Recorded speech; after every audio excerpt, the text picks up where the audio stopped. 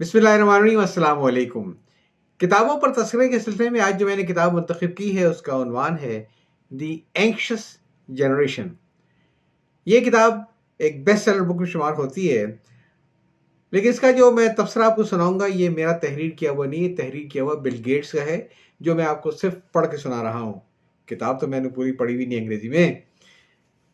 Bill Gates कहते हैं कि जब मैं बच्चा था तो हमेशा अपने शौक या तजस्सुस को पकड़ने वाली चीज़ों का पता चलाने के लिए गहराई में जा रहा था। जब मैं बेचैन या बोर महसूस करता या बदतमीजी की सजा पाता तो अपने कमरे में गायब हो जाता, किताबों या ख्यालात में गुम हो जाता, अक्सर कई घंटे बगैर किसी मुदाखलत के। ये आदत जो मैंने फारिग वक्त को गहरी सोच और सीखने के बदले में पाई है, ये मेरी बुनियाद का हिस्सा बन चुकी है। ये बाद में मेरी कामयाबी के लिए बहुत अहम साबित हुई।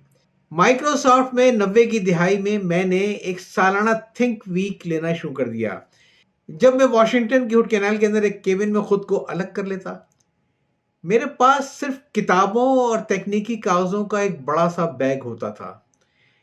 7 दिनों तक मैं मुस्तकबिल के बारे में पढ़ता, सोचता और लिखता। सिर्फ उस शख्स से बातचीत करता जो मेरे लिए खाना छोड़ने आता। मैं इतना पुख्ता अज़्म रखता था कि इन हफ्तों के दौरान अपनी ईमेल को भी चेक नहीं करता था।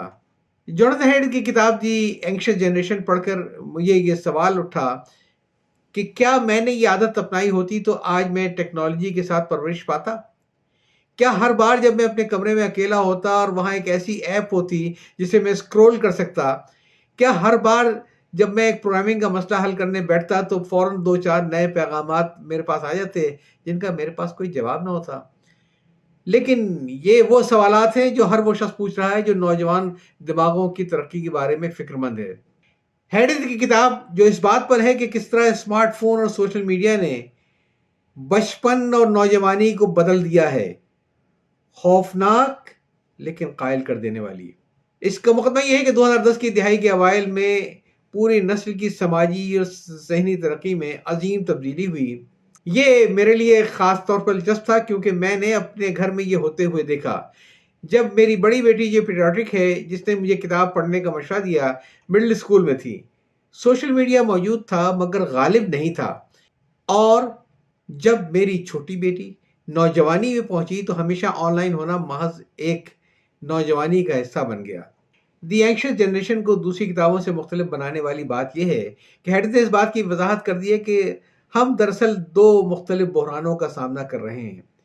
डिजिटल कम पेरेंटिंग, बच्चों को आले और सोशल मीडिया तक गैर महदूद और गैर निगरानी तक रसाई दे देना, और हकीकी दुनिया की पेरेंटिंग, बच्चों को हर मुमकिन नुकसान से बचाना।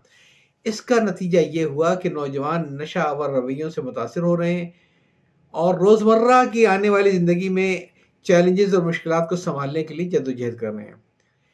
मेरा बचपन गैर मामूली आज़ादी से भरा हुआ था। ये कुछ लोगों को हैरान को लग सकता है जो फ़र्ज़ करते हैं कि मैं सारा दिन कंप्यूटर के साथ बैठा रहता हूँ। मैं ऐसे रास्तों पर चलता था जो आज के वालिदैन को दहशत में मुब्तला कर सकते हैं।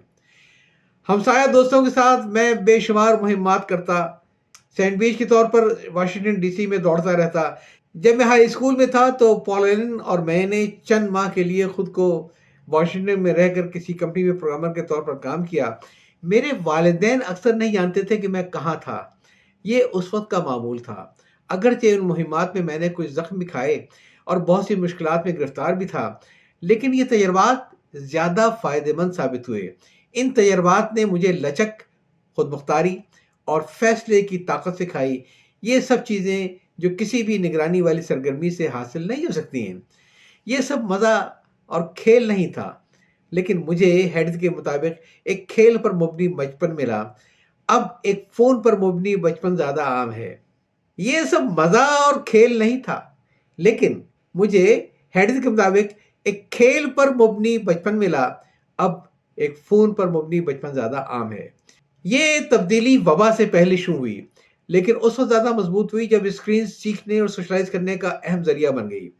इसका मज़ाहिया पहलू यह है कि आजकल के वालिदैन जिस्मानी दुनिया में बहुत ज़्यादा तहफ़्फ़ुज़ फराहम करते हैं और डिजिटल दुनिया में कुछ ज़्यादा हाथ बढ़ाते हैं।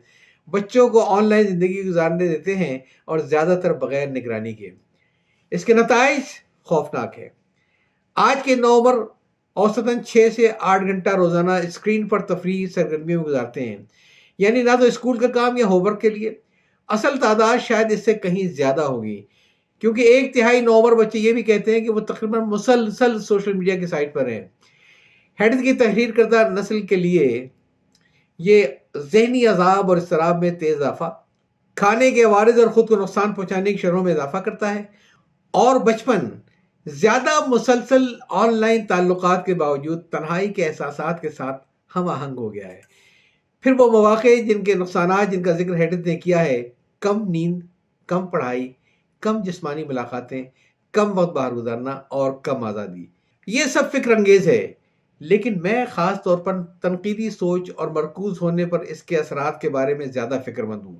ہمارا دھیان ایک پٹھے کی طرح ہوتا ہے اور سوشل میڈیا کی مسلسل مداخلت اور نشاور نوعیت انہیں ترقی کرنے میں انتہائی مشکل بنا دیتی ہے۔ بغیر توجہ مرکوز کرنے اور ایک خیال کے پیچھے چلنے کی صلاحیت کے دنیا نئے انکشافات سے محروم ہو سکتی ہے، جو کسی چیز پر اپنے ذہن کو لگانے اور اسے وہاں رکھنے سے آتے ہیں، یہاں تک کہ کسی فوری توجہ کا بریک ملنا ایک کلک کی دوری پر ہو۔ کتاب میں ایک تشویشناک بات یہ ہے کہ یہاں اہم جنسی فرق بھی موجود ہے۔ حالیہ برسوں میں نوجوان خواتین پر ذہنی صحت کے سنگین مسائل کا اثر خاص طور پر شدید نظر آتا ہے۔ دریں اثنا نوجوان مردوں کی تعلیمی کارکردگی خراب ہو رہی ہے، ان کی کالج میں شرکت کم ہو رہی ہے، وہ حقیقی دنیا کے خطرات کا سامنا کرنے کے ساتھ سوشل اسکلز اور لچک کو ترقی دینے میں ناکام ہو رہے ہیں۔ دوسرے الفاظ میں لڑکیاں مایوسی میں غرق ہو رہی ہیں اور لڑکے پیچھے رہ گئے ہیں۔ ہیڈت کی تجویز کردہ حل آسان نہیں، لیکن مجھے لگتا یہ ہے کہ وہ ضروری ہے۔ وہ سوشل میڈیا پلیٹ فارمز پر بہتر عمر کی تصدیق کے حق میں دلائل دیتے ہیں اور بچوں کو اسمارٹ فون تک رسائی دینے کو مزید عمر تک ملتوی کرنے کی تجویز دیتے ہیں۔ حقیقتاً اور مجازاً وہ یہ بھی کہتے ہیں کہ ہمیں بچپن کے بنیادی ڈھانچے کو دوبارہ تعمیر کرنا ہوگا۔ خطرے کے معتدل حد تک ترغیب دینے والے مزید دلچسپ کھیل کے میدان بنانے سے لے کر اسکول میں فون فری زون قائم کرنے تک، نوجوانوں کو آمنے سامنے تعلقات کے مزے کا دوبارہ تجربہ کرنے میں مدد کرنے تک، ایسا کرنے کے لیے انفرادی خاندانوں کو بہتر فیصلہ کرنے سے کچھ حاصل نہیں ہوگا۔ اس کے لیے والدین، اسکولوں، ٹیک کمپنیوں اور پالیسی سازوں کے درمیان ایک ہم آہنگی کی ضرورت ہے، اور اس کے علاوہ نئی ٹیکنالوجی کے اثرات پر مزید تحقیق کی ضرورت ہے، اور جو کچھ ہم سیکھتے ہیں اس پر عمل کرنے کے لیے سیاسی عزم کی بھی ضرورت ہے۔ دی اینکشس جنریشن آج کے نوجوانوں کے ساتھ کام کرنے والے، ان کے پرورش کرنے والے ہر شخص کے لیے پڑھنا بہت ضروری ہے۔ اس کتاب کے ساتھ ہیڈت نے دنیا کو ایک ویک اپ کال دی ہے کہ ہم کہاں جا رہے ہیں، اور ہمیں راستہ تبدیل کرنے کے لیے ایک نقشہ فراہم کیا ہے۔ دی اینکشس جنریشن تحریر جوناتھن ہیڈت کی، اور اس پر تبصرہ آپ سن رہے تھے بل گیٹس کا۔ اجازت چاہتا ہوں، اللہ حافظ۔